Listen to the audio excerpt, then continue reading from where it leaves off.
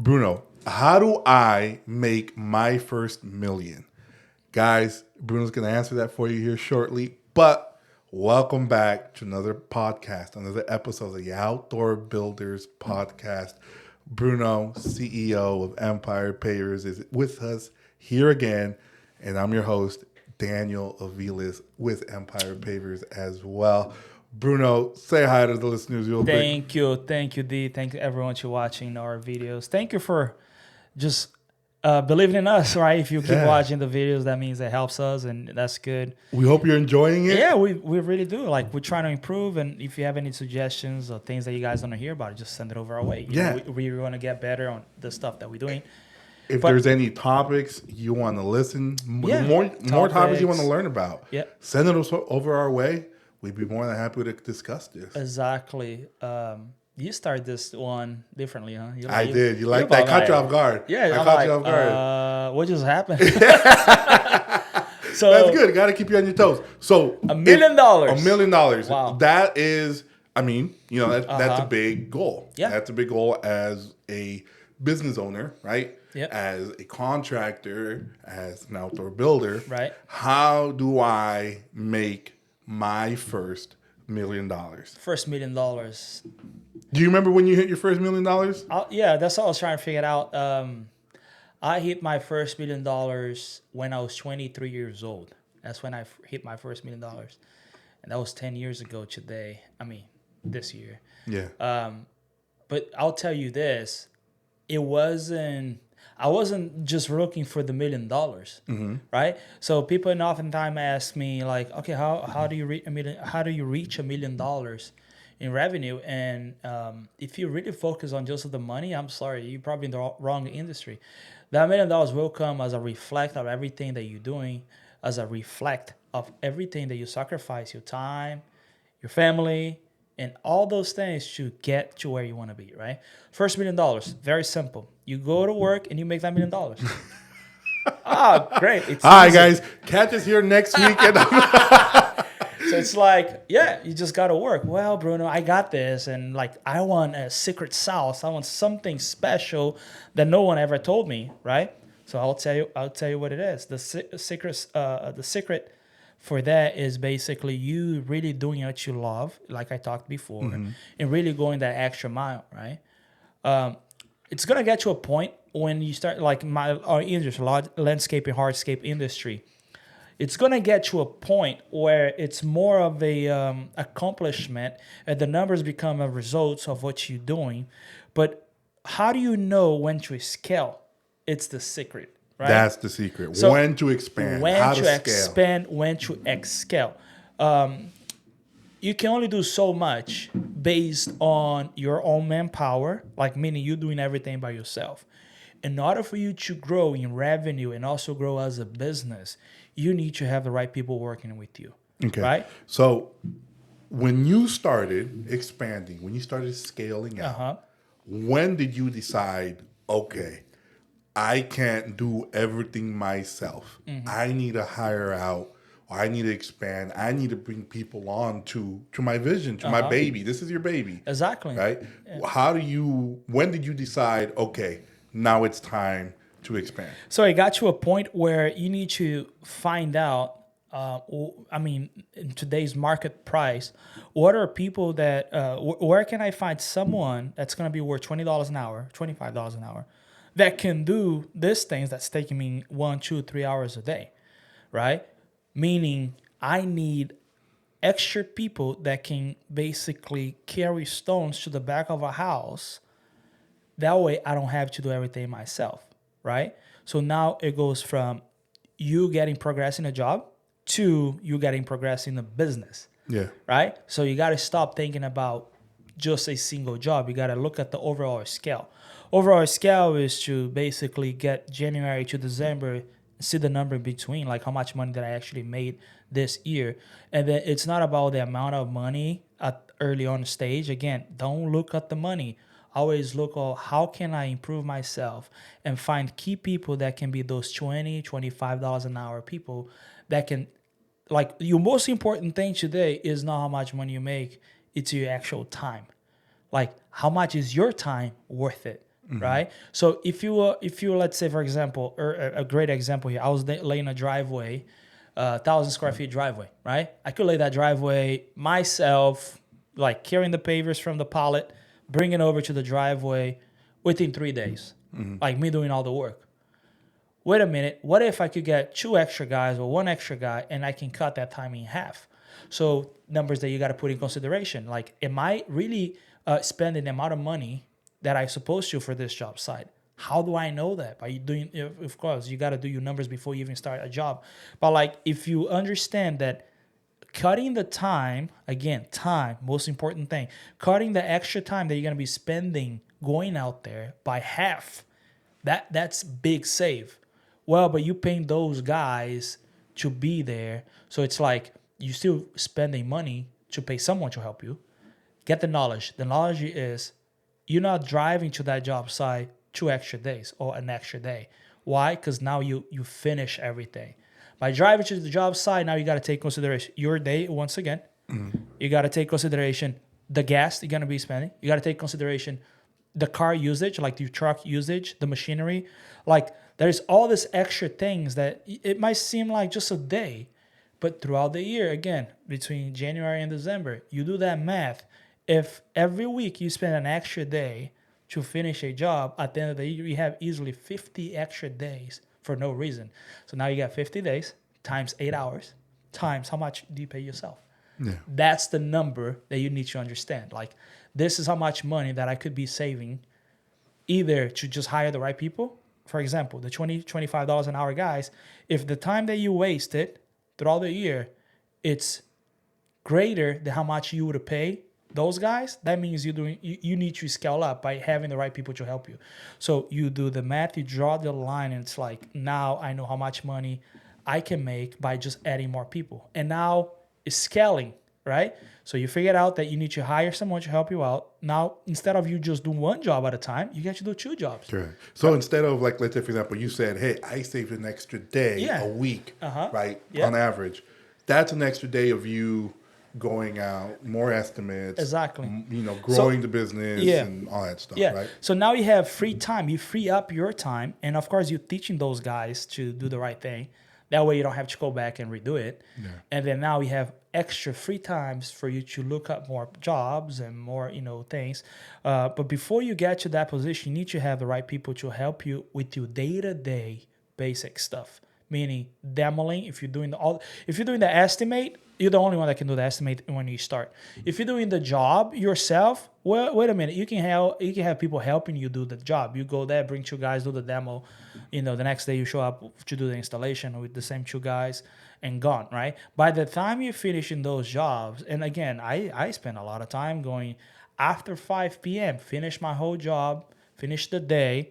Oh, let's go home. No, you're not going home. If you're trying to scale, that's the time you sell your jobs, right? One thing that helped me a lot early on was just meeting with homeowners during the time they're back home. The same way that we're going from 8 to 5 to someone's house, the people that live in there, oftentimes they work in a job where they're also in that job 8 to 5. What time are you going to talk with the clients? Either on the weekends or after 5 p.m. or before 8 a.m. before they leave to the work.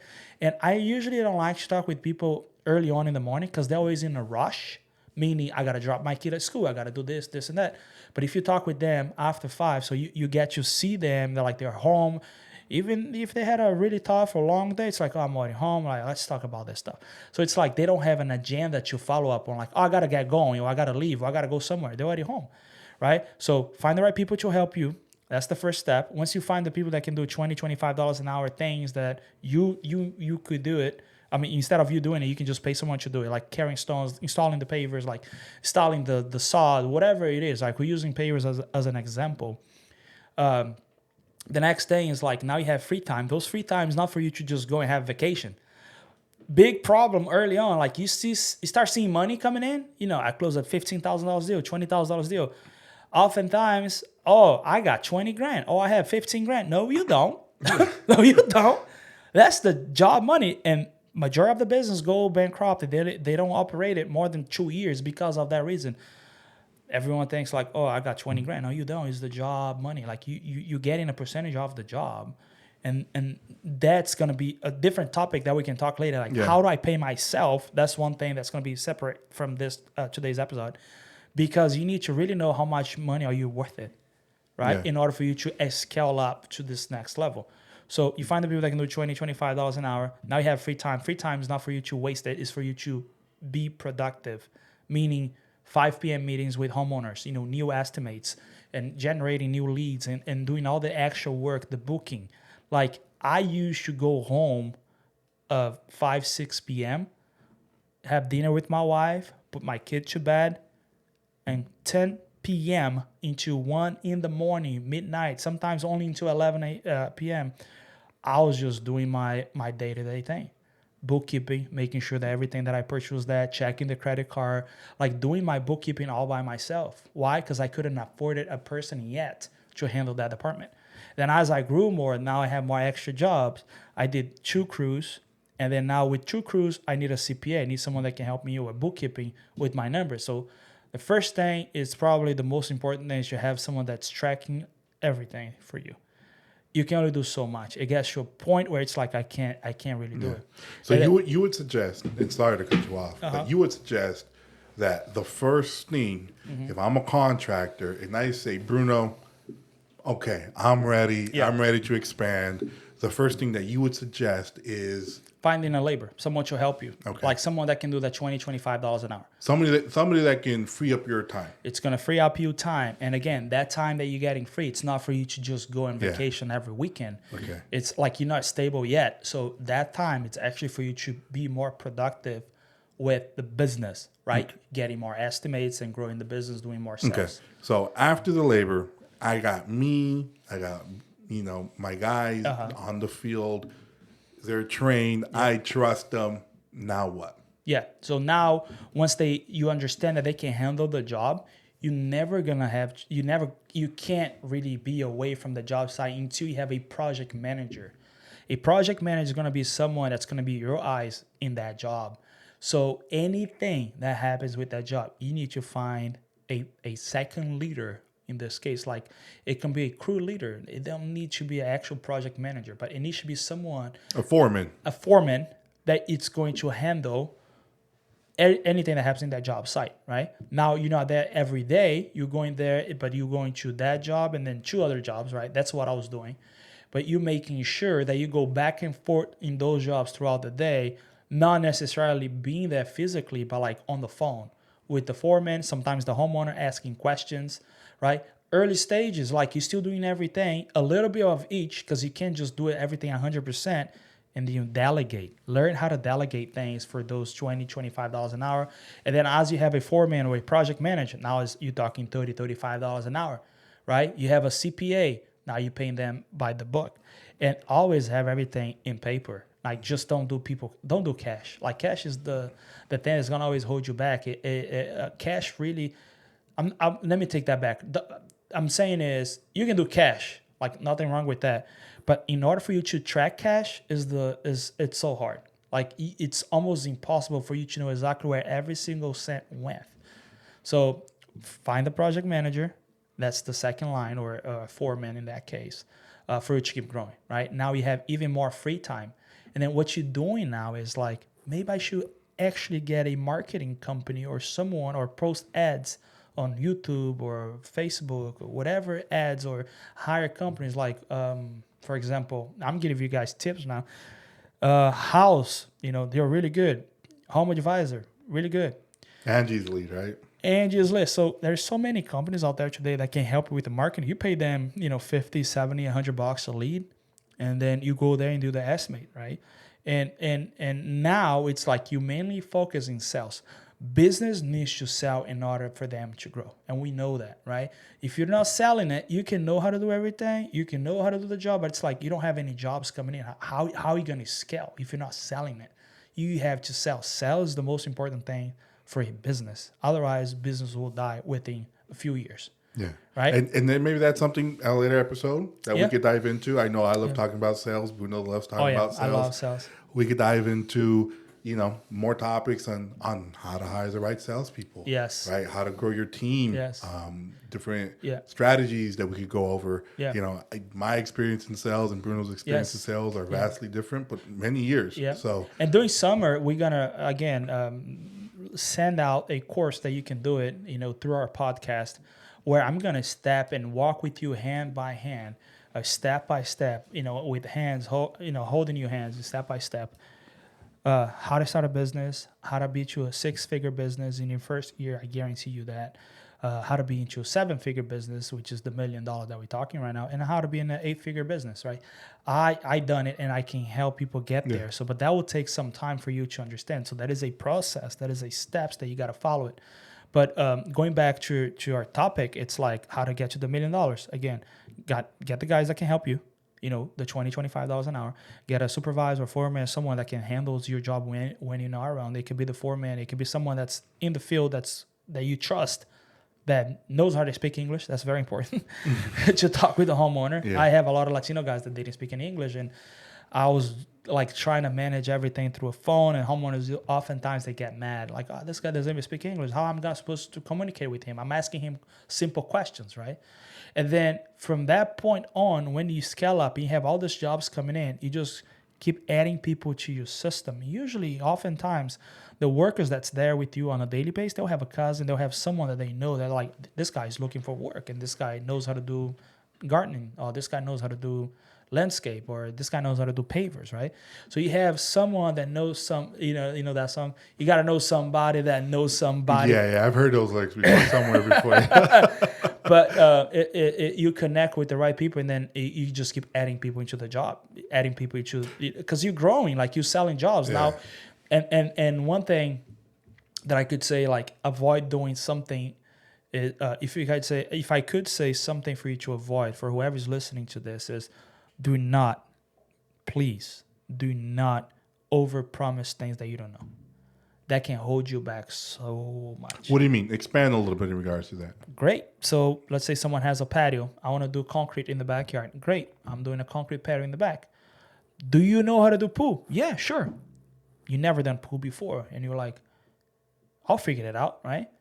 That Learn can really on the fly. Yes, that can really hurt you bad, because if you don't know what you're pricing, that can like run you out of business. Like, not as specific with pool, but like there is things that I lost a lot of money just because I thought I could do it, and then at the end of the day, it ended up costing me way more than I expected, which it dived into my profit, and which I lost money.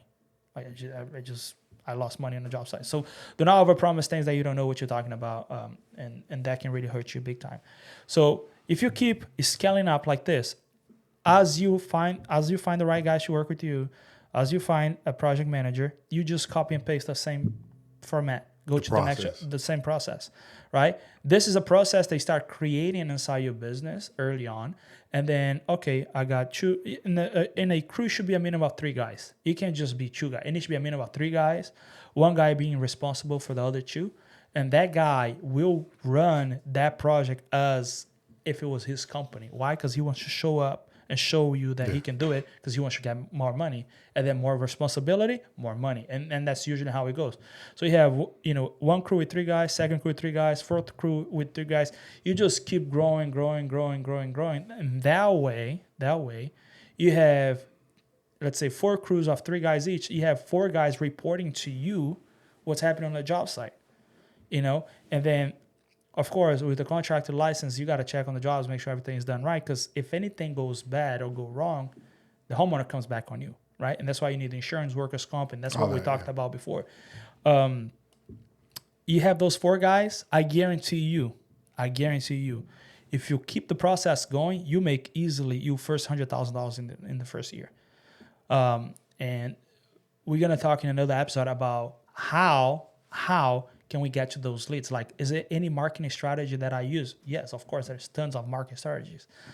Today, we have over 20 different types of marketing strategies throughout the whole Bay Area that we sell in the local construction business, like for the outdoor space, and also all over the U.S. where we sell products online for hardscape and landscape products. So that being said, You copy and paste the process. You're gonna keep growing, and then at one point you need an actual location. You need an office. You do need it. Otherwise, you're not gonna be able to keep growing. You can only do so much. I hit a cap at 1.7 million, and that was it. For like since the first time I hit $1 million, all the way up to almost like 5-6 years after that, I'll never pass 1.7, 1.8. I was never reaching that $2 million. I'm like, what's wrong? Like, why? I got to do more. I got to do more. And then that's when I realized, wait a minute, I don't have to do more. I need to find more people. I need to find the right people to keep scaling. You got to work. You got to work smarter. That's not exactly, harder, right? Yeah. That's when you turn the key. You really understand that you reach your capacity. I reach my maximum. Like, I can't really pass this ceiling anymore.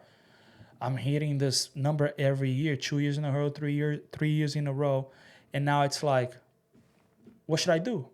Am I in the wrong industry? No, you're not. You scale up to the next level. And how you do it? But, get in the office. Now you have an assistant, someone that can answer the phone for you, someone that can book appointments for you.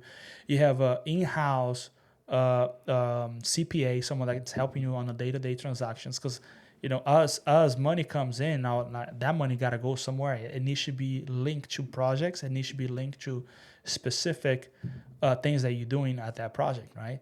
And with that, it gives you enough data for you to understand what is it that I'm selling that's below budget.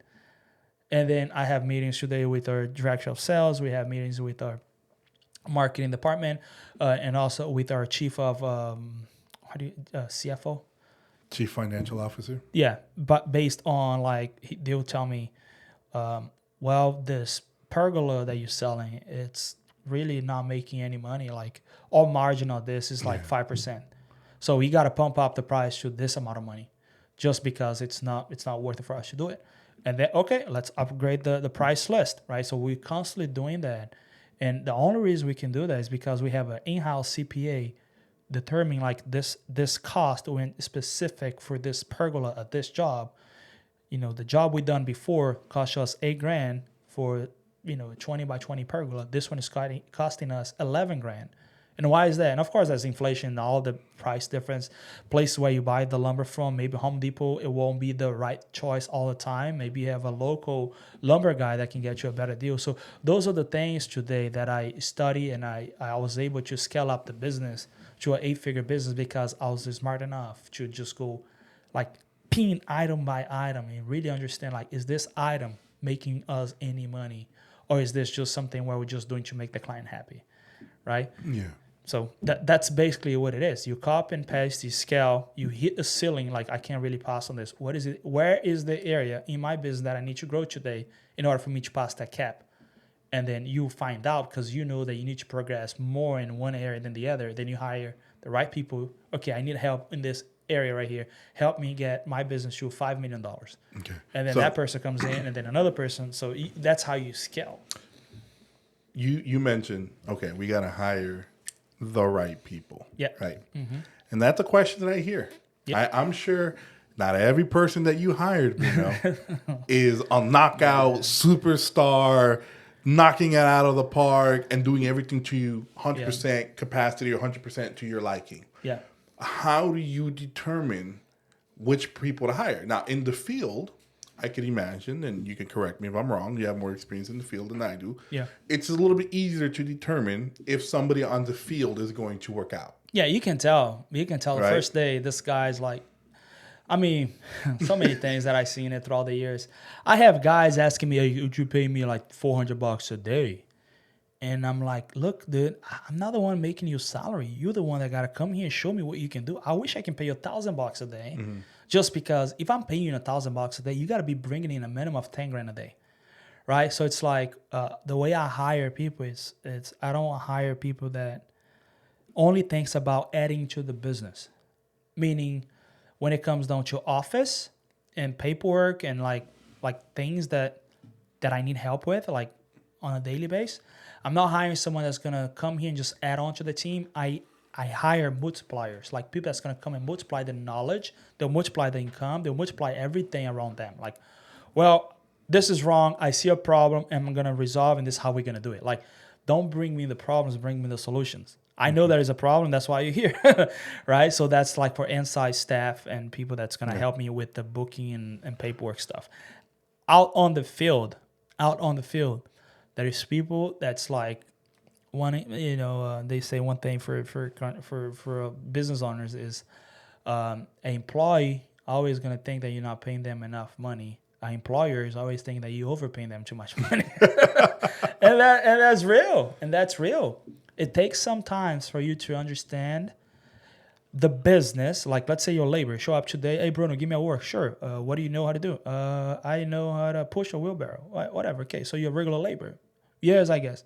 All right. So you're going to start around $20 an hour, right? 18, $20 an hour. I don't even know how much we pay our guys today, but it's like, you get another guy that shows up. Hey, Bruno. Yes. What do you know how to do? I know how to lay concrete. Okay, then you around $35 an hour. You specialize in right? So like people with more knowledge, but I don't say to them you're gonna get $35 an hour right away. I tell them, all right, let's do a week of experiment. Let's see, how you're gonna react and all that, and then because you don't pay them into like we do every 2 weeks, right? So you don't pay them into the following week, anyways. So it's like, let's do this. Let's just do a trial. Let's determine how much you're going to make it based on what you can bring into the business, right? Again, I'm not looking for an add-on. I'm looking for a multiplier. If someone comes in, like I can get this whole thing done within, 2 hours or 3 hours of laying the concrete. All right, great. And the other thing that I'm the kind of guy that always willing to give people opportunity. Like I'll give you opportunity to just really start and do your thing again. So it's like, you really want to work on this? So that's fine. We can work on this. But it's like, I'm not expecting you to know everything. I'm willing to give you the opportunity to work, but I'm not expecting you to know everything. Are you willing to work and do everything that takes for you to get this position? What is it something different that other guys don't have that you have? Like, sell me your fish. Tell me what you can do. But I'm not expecting you to perform everything. Just are you willing to learn? We're gonna teach you, and that's how we move forward and move on. So that brings up my next question. I think it's very important to ask as well. I take it most contractors that are listening to us do know how to work on the field. If you are a paver contractor, you know how to lay pavers. If you're a concrete guy, you know how to lay concrete, right? But not all these guys, I imagine, like yourself, aren't CPAs. They are not marketing specialist, right?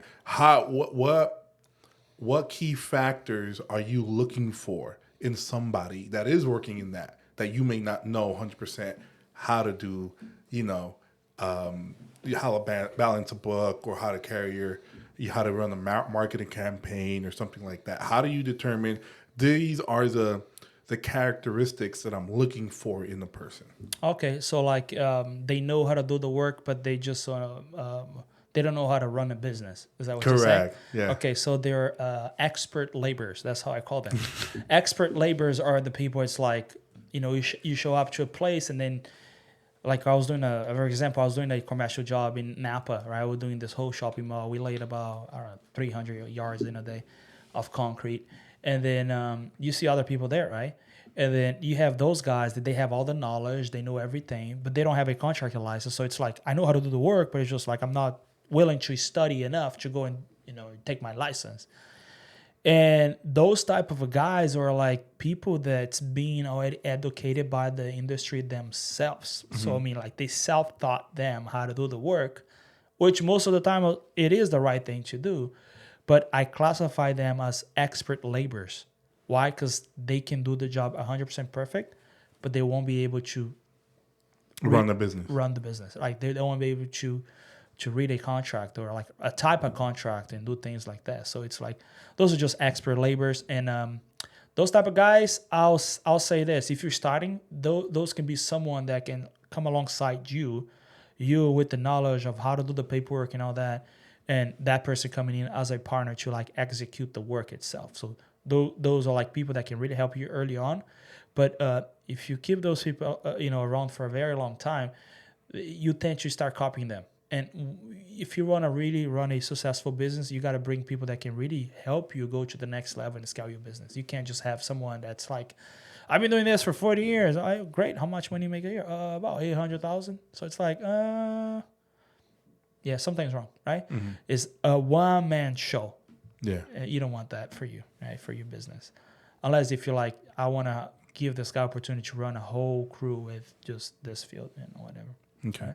So how do you determine who is right to work with you in the office? How do you determine like, hey, this marketing guy, okay, like, Got you. you know, how I want this. Like, what characteristics are you looking to factor in on to key point on when you're Gotcha. hiring people? So again, goes back to I'm not expecting you to know everything. Are you willing to learn? Yes. I usually have 2 people in the same department. Why? Because whenever someone is not in there, the other person will take their load. And then again, you scale up. Now you have 2, you go to 3, you go to 4, you go to 5. And you always expect people to be ready and willing to learn what you're asking them to do.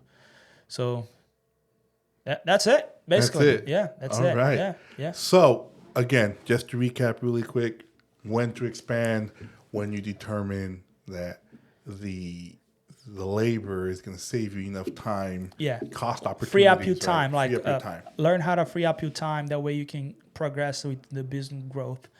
Meaning, like, don't expect for you to make the same amount of money in everything. Once again, you're always gonna minimize the amount of money, the percentage of profit per job. But you're growing. Now you have 1 job, and you go to 2, 3, 4. We did 158 jobs last year, and I'll tell you this: my salary represents about 1 or 2% of all those jobs, and that's it. And that's something that I want to talk with, in another episode, where how do I determine how much money should I make? I love that topic because it really teaches you how to be humble and how to really manage your money and the business money. Because oftentimes people mix that up, Yeah. and that's bad. Like you run out of business because of that. Some people, they're like, they don't even know how much profit they're Exactly. making in each project. Yep. And I've seen that firsthand, personal experience where people are business owners, but they don't know profit wise. Yes. They go, hey, I pay the rent, I pay the bills, but I don't know what's what. You know, like you have those it gets guys messy, that they'll run their pets food into the business. I've seen those. God, I need to buy some food for my dog, and I only had the company card. Like, no, that's a big no. Yeah. So I want to go deep into that in the next episode. Perfect. But thank you. Bruno, thank you for your time. I know you're a very busy man, as if most people they couldn't tell. You're a very busy man. I appreciate your time answering these questions. Again, to our listeners out there, if you want to hear more regarding a certain topic or has more specific details or more specific questions, please reach out to us. We'd be more than happy to answer these questions and maybe give you a little shout out on the podcast as well. Yes, thank you. They did it again, man. All right, you guys, have a great week. Have another blessed week. Thank you again for listening to us, and we'll be back next time See you on the next one. Outdoor Builders Podcast. Yes.